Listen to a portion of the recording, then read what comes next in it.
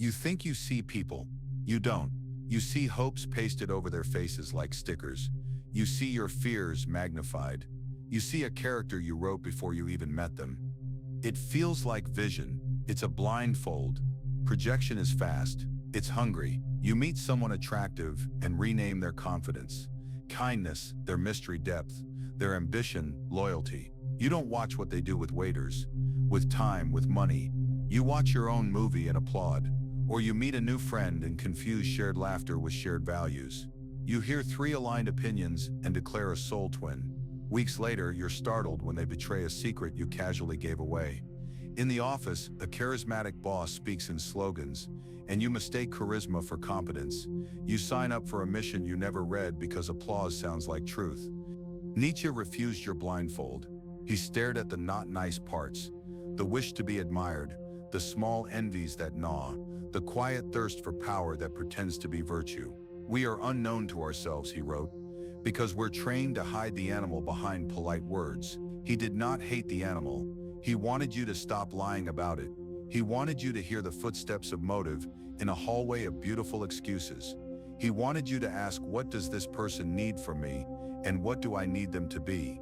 Watch how masks are stitched. Kindness that never sets a boundary is often fear of abandonment, wearing a halo. Compliments that arrive when you're strongest can be a leash, not a gift. Apologies repeated without changed behavior are performances, not bridges. A partner who calls jealousy care, a friend who calls gossip concern, a manager who calls extraction opportunity.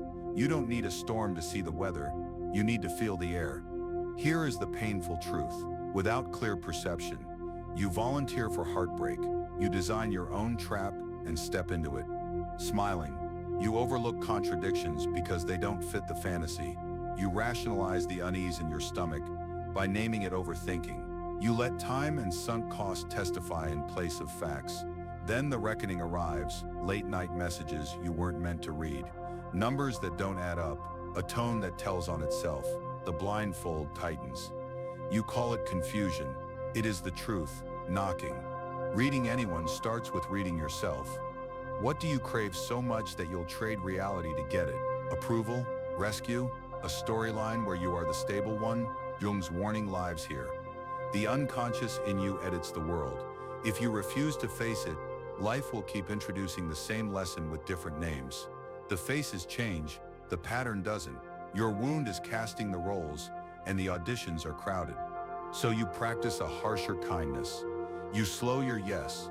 You listen to patterns, not promises. You watch how someone treats the powerless. You track how they hold anger, how they repair harm, how they act when no one is counting. You test small before you trust big. You name power where it lives and envy where it leaks, and you let facts cancel fantasies. This is not cynicism. It's mercy. Seeing clearly saves you from worship and from war. It spares others from being idols or enemies. It returns you to choice. Nietzsche hands you the knife that cuts the mask. Jung hands you the lamp that shows your own. You lift the lamp, you cut the mask, you choose truth over anesthesia. You breathe slower, the room grows quieter. What remains is not coldness, but clean air and steady ground. You can finally see and choose without shaking hands. At last, I choose clarity over comfort. What is done out of love takes place beyond good and evil. Friedrich Nietzsche. You want to believe people are good at heart. It keeps the night quiet. It is a soft filter over sharp edges. You meet someone and your mind hurries to explain away the roughness. Tired, stressed, misunderstood. You grant discounts no one earned. You ignore receipts that do not add up. You rename hunger, ambition, entitlement, confidence, and control, care. This is the first illusion, goodness as default. It warms you like light in a cold room, and it blinds you just as fast. Nietzsche cuts through that light. He points to the old animal still pacing inside the suit. People want to survive, to be admired, to win. In a meeting, the colleague who praises you also slides your idea under their name because survival is calling. At home, the cousin who always forgets to pay you back is not forgetful. They learned you do not enforce boundaries. On a date, the charming story about an unlucky trail of exes is not confession. It is a warning. You are not cursed. You are misreading the room. You resist, because the belief in goodness feels noble. It makes you the better person in the mirror. But false nobility is expensive. You overextend, overpromise, overstay. You accept crumbs and call it patience. You let someone treat your time like a public park, always open, never cared for. You label your fear of saying no as kindness and call it maturity. Jung reminds you that what you refuse to see in yourself returns as fate. If goodness is real, it will not require your blindness to breathe. Now the second mask, love. Love can be a lantern, but it can also be a costume for power. You say we, and someone hears mine. They text every hour and call it closeness, but the undertow is possession. They interrogate your friends and call it protection, but the scent is control. In friendship, love hides as rescuing. You spend midnight after midnight fixing messes they created at noon. You become the emergency contact for problems that started as choices. The ledger never balances, yet you keep paying because you prefer the pain you know to the freedom you cannot predict. Watch the workplace version. A manager says, "We are family. Families forgive. Families sacrifice. Families do not ask for raises." The word family becomes a velvet rope that keeps you inside. You stay late, missing the life you are working to afford, because leaving feels like betrayal. In romance, soulmate becomes a courtroom where every boundary is treated like an insult. If you loved me, you would. If you loved me, you would not. The verdict is always the same. You lose yourself to keep the peace, and the peace never comes. There is also projection. You love the version of them you sketched in your head. You fall for potential like it is a signed contract. You confuse chemistry with character, chemistry with capacity, chemistry with character. It feels holy. It is only familiar. The red flags match the fabric of your past, so you call them home. Test your compass with Jung. Where love rules, there is no will to power, and where power predominates, love is lacking. If your love keeps shrinking you, you are not being loved, you are being handled. Finally, the seduction of lies. Illusions are warm blankets. Truth is a cold shower. Lies whisper that you can keep the dream if you just stop asking hard questions. You mute your intuition and turn up the playlist of excuses. He is busy, she is under pressure. They are bad at texting. You wait for proof that never comes because you refuse to collect it. You delete screenshots that scream. You scroll for a sign and call the algorithm fate. The story lives while you begin to disappear inside it.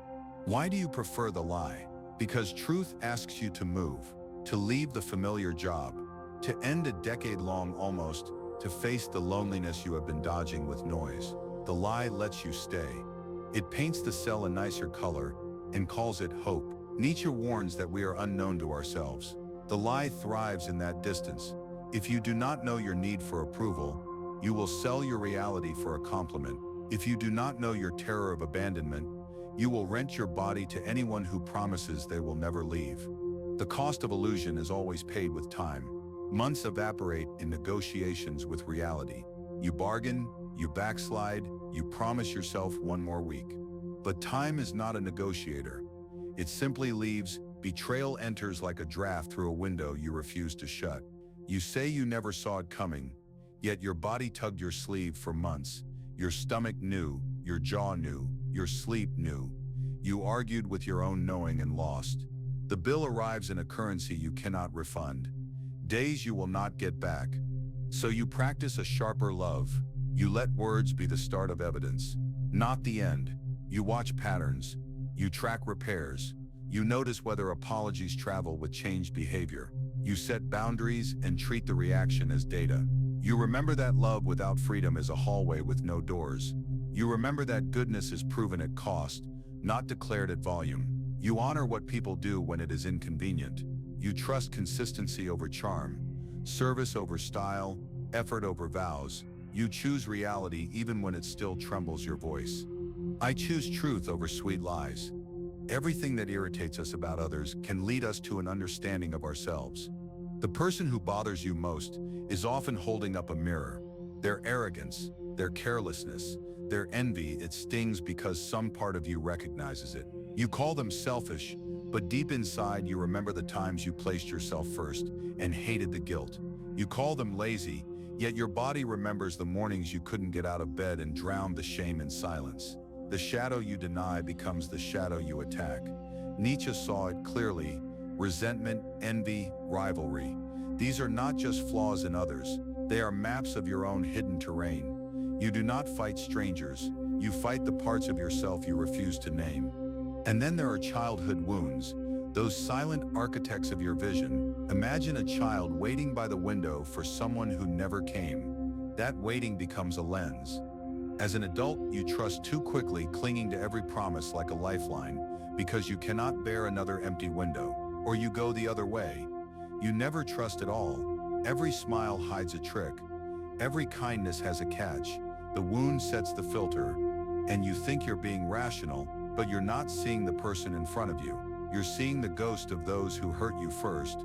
A partner asks for space, and you hear abandonment. A friend forgets to text, and you hear rejection.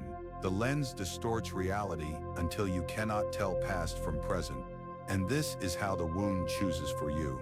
You think you are picking a partner, a friend, a mentor, but your wound is the one writing the script. You crave approval, so you find the boss who never gives it. You fear rejection, so you fall for the partner who withholds. You want rescue, so you attract the friend who is broken enough for you to fix. Again and again, the wound casts the same actors, different faces, same pattern. You ask, why do I always end up here? Because your unconscious is directing the play. Nietzsche wrote that we are unknown to ourselves, and until you face that truth, you will live inside repetitions that feel like fate. But here lies the turning point. Once you see it, you can stop. The irritation in others becomes a flashlight pointing inward.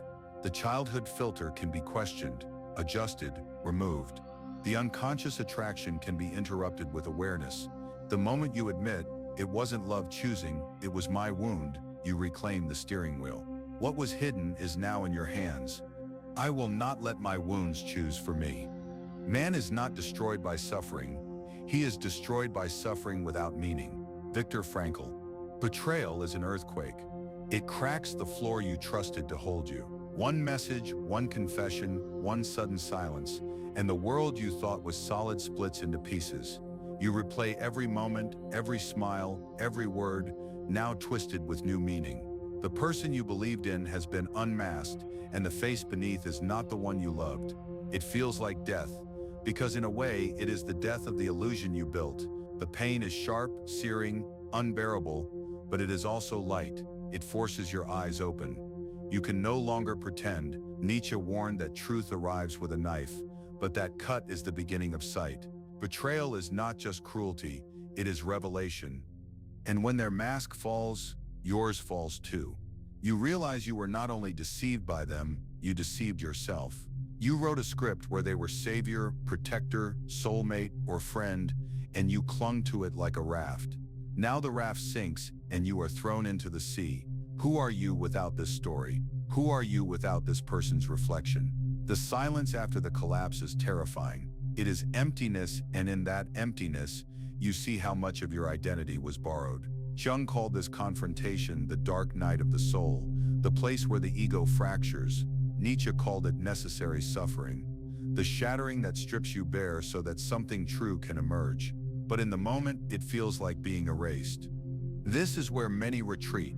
The temptation of numbness whispers like a lullaby. Denial promises, pretend nothing happened.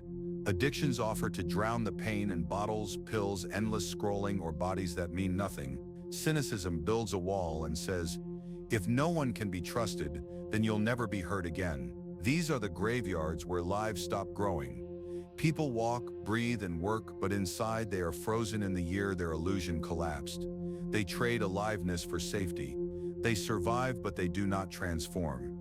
Yet beneath the ruins, there is a door.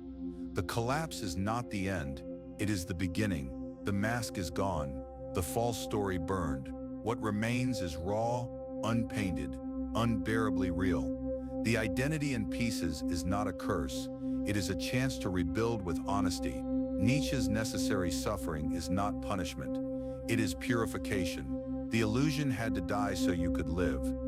I choose to face the fire, not hide in the ashes. Where love rules, There is no will to power, and where power predominates, their love is lacking. You thought it was love because it glittered, because it kept you busy, needed, chosen. You built a house out of attention and called it home. But a house of mirrors is not a home. It reflects you back until you forget there is another person standing there, with a separate life and a separate will. The collapse did not destroy love. It exposed the costume you were clinging to. What you named sacred was often a contract with your loneliness, signed in the dark, unread. So the reframe begins here. It was never love, it was your hunger wearing a crown. First, the mask falls. False love is dependency, control, or projection, anything but two real people meeting in the open. Dependency dresses as devotion. You weren't loved, you were leaned on. Your calm regulated their storms. Your money covered their chaos. Your praise fed a bottomless pit. They didn't ask who you were when you were tired or silent. They asked what you could provide. You mistook being indispensable for being seen. You kept the lights on, answered the midnight calls, canceled your plans to patch leaks. They refused to fix. Control dresses as care. Love should open doors. Control locks them. They tracked your location and called it concern. They inspected your friends and called it protection. At work, a loyal culture demanded you miss birthdays and funerals to prove your heart. In family, affection carried guilt. Do as I say, or you are ungrateful. Jung's bell rings true. Where power predominates, love is lacking, and projection is the softest trap. You didn't love them, you loved your idea of them. You loved potential like it was a promise. You translated silence into depth, volatility into passion, crumbs into a feast. You cast someone for the role you needed, then blamed them for reading your script. Second, liberation through clarity. Pain is the teacher that will not lie. It lays out the invoices you kept hiding, the lopsided labor, the one-sided apologies, the way your stomach tightened before every meeting or message. You did not lose love, you lost an illusion. Your grief is real, but look closely at what it grieves. The dream, the role, the rhythm of giving more than you received. Clarity does not erase the past. It renames it. Modern life trains you to cling to ghosts. The feed floods you with highlight reels of couples, teams, families that look unbreakable. You scroll and think, if I try harder, mine can be that too. So you hustle for closeness, script perfect texts, study their moods like weather, and chase a warm front that never settles. Clarity interrupts the chase. It asks, what do their actions prove when no one is watching? How do they hold your no? Do they repair without being begged? Do they celebrate your boundaries or treat them like obstacles? Your body usually answered first. Remember the headaches on Sunday night? The relief when their name didn't appear? The pause before you walked in? The body is honest. When you finally whisper, it was never love, your breath moves differently. There is space in your chest again. The room brightens, not because it didn't matter, but because the truth matters more than the movie. Third, Nietzsche's medicine. It is unsweetened but clean. He does not ask you to hate the past. He asks you to harvest it. We are unknown to ourselves, he writes, and that ignorance makes us kneel before pretty lies. Hard truth is medicine because it cuts the cords that kept you circling. Admit what the cut reveals. You clung to control and called it care. You accepted dependency and named it destiny. You worshiped projection and labeled it fate. There is no punishment in this honesty. There is permission. You are permitted to walk out through the door that pain unlocked. You are permitted to love again with eyes open. You will not confuse jealousy with passion, chaos with chemistry, attention with devotion. You will not trade your voice for access or beg for crumbs and call it dinner. You will bring your whole self to the table, or you will leave the table. And when someone meets you there, steady, respectful, unafraid of your no, you will recognize it not by fireworks, but by peace. Peace is what real love sounds like when the music stops. What broke was not love. What broke was the spell that kept you small. Necessary suffering did its work. The dust clears. The mirrors come down. You meet yourself in unadorned light, and for once you do not look away. You do not beg the past to return dressed as the future. You let it be gone. I release what was never love. One does not become enlightened by imagining figures of light, but by making the darkness conscious. You reach the turning point when you stop begging the world to change and turn toward the shadow in you. Not as an enemy, as a map. Habits you defended as just how I am. Anger you pinned on traffic. Bosses, partners, quiet bargains you make to avoid the heaviness of truth. Nietzsche asks for courage without anesthesia. No soft filters, no pretty lies. You pick up the lamp and walk into the cave. The air is cold, the floor crunches with old stories. Masks hang on nails. You breathe, and the echo answers back. Nothing changes until you look where you refuse to look. Owning your wounds begins when you stop narrating your life like a courtroom where you're always innocent. Study your reflexes instead of defending them. Why do you overpromise then resent? Approval is your secret oxygen. Why do you explode at small delays? Old abandonment just woke up. Why do you fix people before they ask? Control feels safer than closeness. A therapist might call it repetition compulsion. Your grandmother might say, if it's hysterical, it's historical. Both say the past is steering unless you take the wheel. So you witness yourself. You write what happened and what you felt. You notice where your chest tightens, where your voice speeds up. You name the pattern aloud because secrets multiply in silence. You ask the braver question, what part of me benefits from staying confused? Often it's the part that fears change. Confusion buys time. Clarity demands action. You choose clarity anyway, and the floor steadies under your feet. Then you meet the drives that hide beneath your kindness, the wish to be indispensable, the hunger to be admired, the terror of being ordinary. You do not banish them, you bind them to service. You may advise me, you tell the shadow, but you may not drive. Nietzsche wrote, we are unknown to ourselves, that ignorance turns need into destiny. Knowledge melts the chains. You begin to choose on purpose. You set a boundary and measure the reaction, not the apology. You notice your urge to over-explain and let the silence stand. You practice small self-betrayals no more. You replace maybe later with not for me. The more honest you are with your motives, the steadier your hands become. Next comes seeing others clearly. Nietzschean X-ray vision. Listen beneath charming words for the hum of motive. Envy rarely announces itself. It appears as faint praise, delayed congratulations, jokes that land like cuts, power plays dress and etiquette. A colleague forgets to add you to the thread that grants visibility, then smiles, must have slipped. Do not rage, record, reply with calm accountability, and widen your network so one gatekeeper cannot hold your oxygen. In romance, insecurity hides behind devotion. Hourly check-ins map your movements and call it care. In families, love becomes a ledger, favors turn to debts, gifts with strings. Train your eye on patterns, how they act when it costs them, how they repair without being begged, how they hold your no. One boundary will teach you more than 1,000 promises. You also track incentives. Who benefits when you doubt yourself? Who thrives when you rush? Who loses when you learn to rest? See charm as a data point, not a verdict. Watch the calendar, it never lies. Patterns, not performances. Someone safe does not ask you to disappear to fit. Someone honest does not punish truth. Someone who loves you does not fear your edges. This is not cynicism. It is literacy. You are reading power the way sailors read wind. You stop taking storms personally. You adjust your sails and chart a steadier line. Freedom arrives with brutal honesty, and the freedom is warm. You feared that seeing clearly would make you lonely or hard. It doesn't. It makes you accurate. The only door to intimacy. You stop auditioning for roles in other people's plays. You stop casting others in your unhealed dream. You speak cleanly. I want closeness, and I need pace. I care about you, and I'm saying no. I respect the mission, but the hours aren't human. You quit selling your peace to buy access. At work, you advocate for scope and rest without apology. In love, you keep your autonomy and offer it as a gift, not as a hostage. Honesty does not break connection. Illusion does. When both people put down their masks, the room fills with oxygen. You can disagree without splitting. You can love without merging.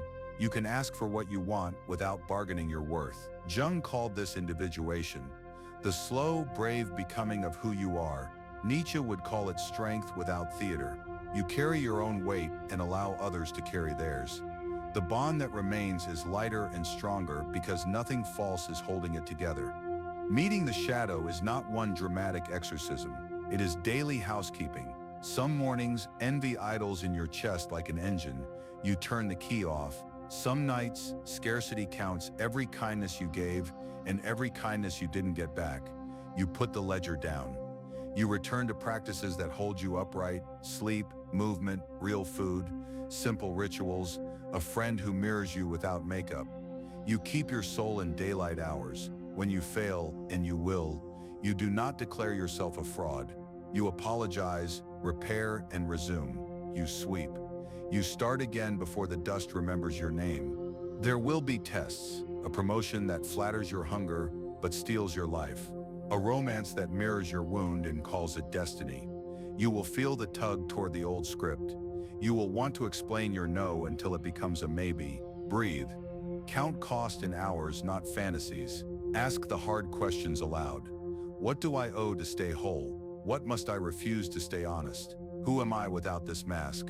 Freedom is not never needing. Freedom is choosing with both eyes open. You walk out of the cave different. The lamp is still in your hand. The masks are still on their hooks. The shadow walks beside you, not ahead and not behind. When the next storm comes, and it will, you do not beg the sky to change. You set your feet, you lower your shoulders. You face the wind with steady eyes. You are no longer ruled by what you will not name. You name it, and then you choose. I choose clear eyes, open heart, steady ground. In all chaos, there is a cosmos. In all disorder, a secret order. You stop chasing storms. You start reading the sky.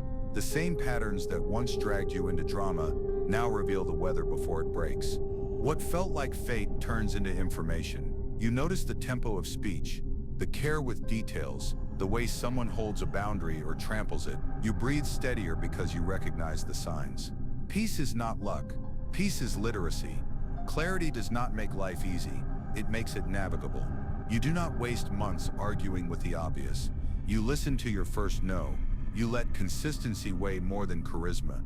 You measure trust in repairs, not promises. In the past, you mistook urgency for importance and chaos for chemistry. Now you ask better questions. What does this cost my sleep? What does this do to my spirit? What does this require of my future? In love, peace looks like room to breathe. You no longer bargain your voice for access. You do not confuse constant contact with closeness. You choose someone who can hold your edges without sanding them down. Conversations have corners and windows. There is air and you keep it clean. You disagree and the world does not end. They ask what you need and can accept the answer. You stop choosing adrenaline as passion. You choose steadiness and your nervous system thanks you. At work, peace looks like scope. You name limits without apology. You track hours as if they are life, because they are. When a project flatters your hunger but drains your soul, you calculate in days, not fantasies. You stop rescuing cultures that feed on martyrs. You advocate for clarity up front, expectations, resources, runway. You hold leaders to their words and hold yourself to your boundaries. You become reliable without becoming replaceable, generous without becoming a ghost. In family, peace looks like clean love. You end the cycle where love meant debt. You can visit and leave without guilt's suitcase. You return support with gratitude, not with your autonomy. You stop playing the hero, stop being the villain, refuse scapegoat robes. You speak softly and stand firmly. The room may not like the new script at first. That is not your weather to fix. Peace does not mean the sea is still. It means you have a keel. The phone will still buzz. People will still project. Storms will still gather over group chats and conference rooms. Yet your center holds. You let other people own their weather. You own your vessel. You pause before replying. You name what is yours and release what is not. You choose responses that build tomorrow, not reactions that mortgage it. Hope returns not as fireworks, but as an ordinary morning. Coffee tastes like coffee. Music sounds like music. You notice small beauties that chaos once erased. Competence of a teammate. Sunlight lands on your desk. Relief of a conversation that ends when it should. You realize joy never left. It was drowned out. You turn the volume down on noise and the world becomes audible again. This is what freedom is. Jung called it individuation, becoming who you are, not who the wound demands. Nietzsche would call it the courage to stand in daylight without a mask. You do not need every heart to like you. You do not need every room to approve you. You need your steady gaze and a few honest bonds that do not punish truth. That is enough, more than enough. So you choose peace again, then again. In the moment someone pushes past your boundary, in the meeting where blame hunts for a target, in the late night scroll that wants to reopen old doors, you choose peace because you finally can. The chaos still knocks. You simply stop letting it live inside. I choose peace over chaos.